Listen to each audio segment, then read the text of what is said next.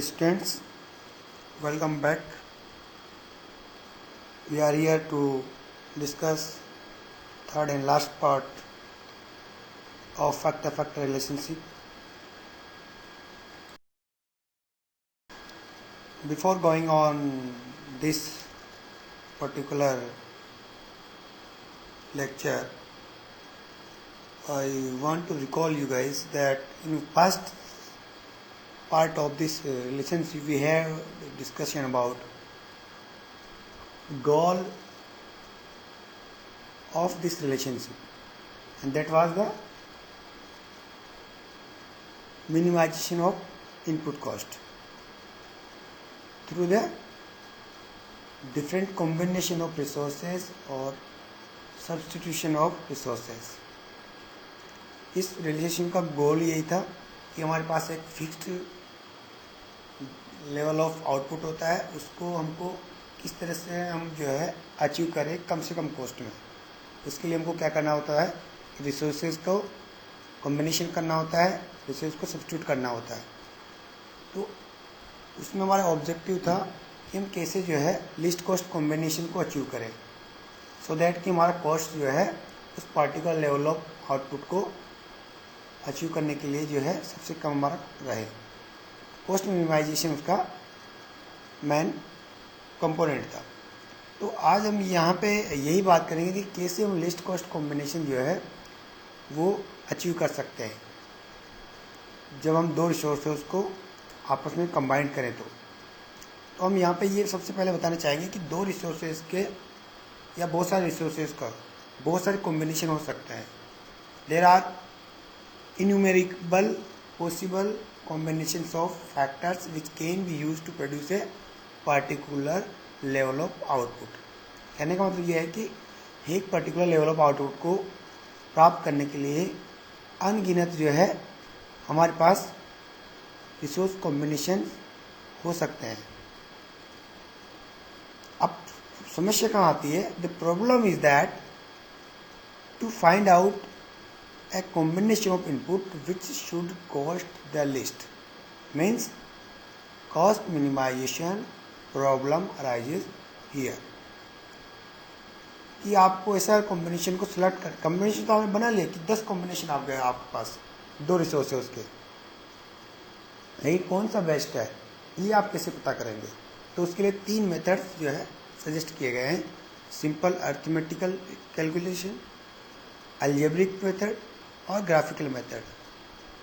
ये तीनों ही आपको ये बताएगी कि list cost combination of input जो है कौन सा है। यहाँ पे आपको सबसे ज़्यादा मतलब आउटपुट मिलेगा, मतलब जो गिवन लेवल ऑफ आउटपुट है वो, और सबसे कम कॉस्ट आपको लगेगा।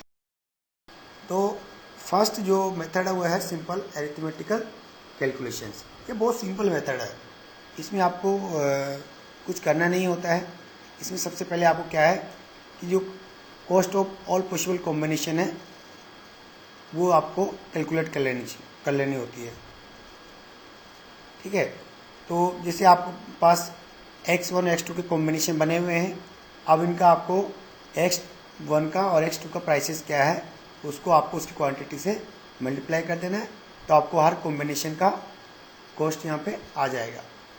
यहाँ पे जैसे इसमें हम देख रहे हैं कि इस पर्टिकुलर टेबल में जो है 5 कॉम्बिनेशन है और पाँचों का कॉस्ट जो है यहाँ पे हमने कैलकुलेट कर लिया है। x1 का प्राइस जो है 3 रुपये है और x2 का प्राइस जो है 2 रुपये है।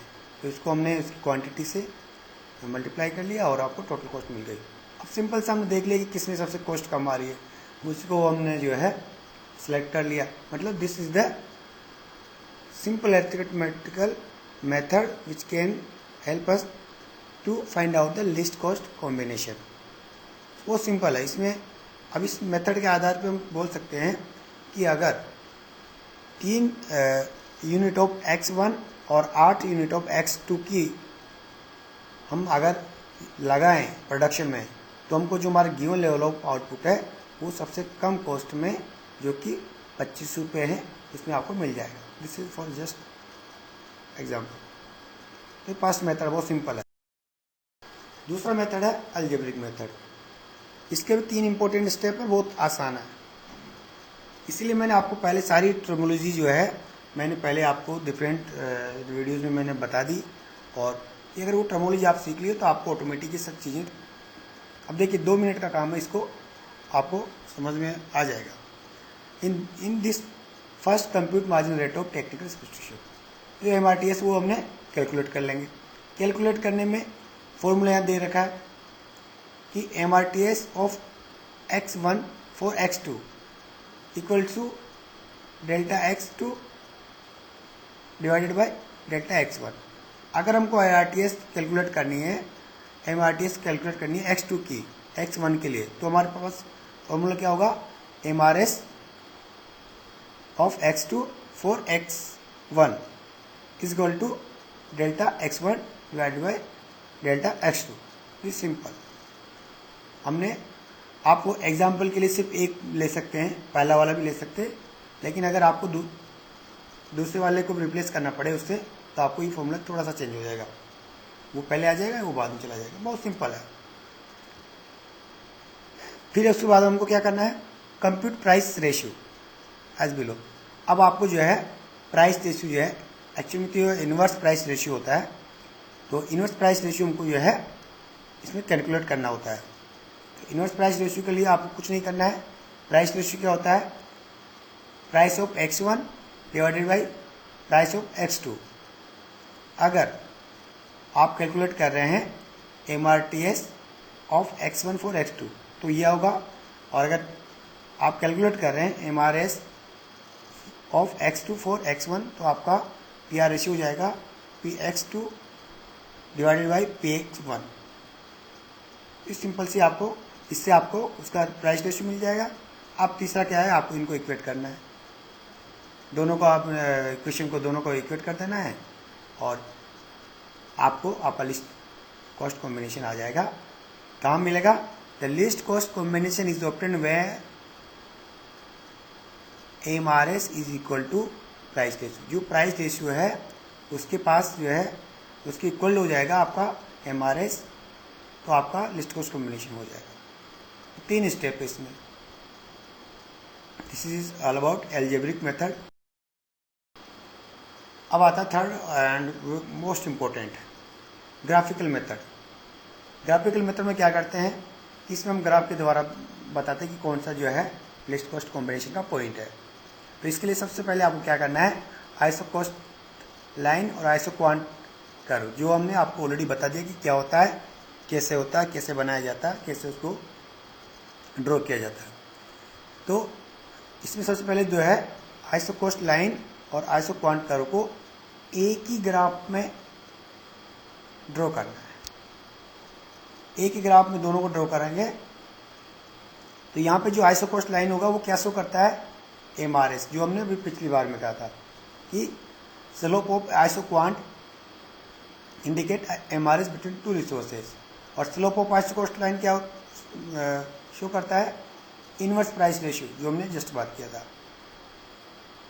अब क्या होता है कि जैसे उसको हमने दोनों को MRS और PR प्राइस रेशियो को जो है इक्वेट किया था, वैसे इसमें क्या करना है, now the least cost combination will be at the point where isocost line is tangent to iso quant.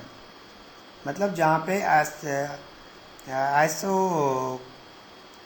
Slope of isoquant और slope of isocost line equal होगा, या इसको हम कह सकते हैं MRS इक्वल टू PR होगा, वहीं पे आपका लिस्ट कॉस्ट कॉम्बिनेशन होगा।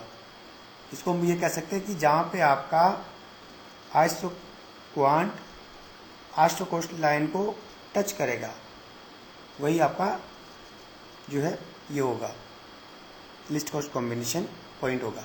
देख लीजिए यहाँ पे ये हमने एक hypothetical iso cost line draw किया यहाँ पे, और ये एक हाइपोथेटिकल जो है हमने आइसो क्वांट ड्रॉ किया। तो यहाँ पे जो पॉइंट A है ये यहाँ पे टेंजेंट है, यहाँ पे दोनों टच हो रहा है। इसका मतलब क्या हुआ, यहाँ पे MRS of resources equal to price ratio are equal, यहाँ पे दोनों इक्वल होते हैं, इसलिए जो है ये टेंजेंट होता है।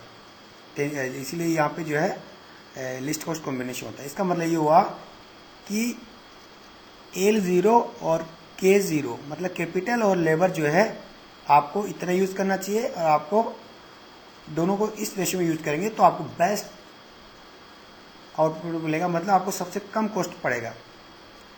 वरना आपका कॉम्बिनेशन तो यहाँ से जा रहा था, देखिए आप ये जो इसके ऊपर भी जो है आपका आइसो क्वांटिटी है। आइसो क्वांटिटी क्या शो करता है? Different combination of to inputs that can produce same level of output. तो ये ऊपर तक भी जा सकता था, लेकिन वो फिजिबल नहीं होगा, वो एफिशिएंट नहीं होगा। एफिशिएंट कहाँ होगा? कि जब आप ये क्वांटिटी कैपिटल का यूज़ करेंगे और ये क्वांटिटी लेबर का यूज़ करेंगे तो आपका कॉस्ट जो है सबसे कम आएगा। This is all about list cost combination, कैसे हम निकालते हैं उसको। ये 3 मेथड है।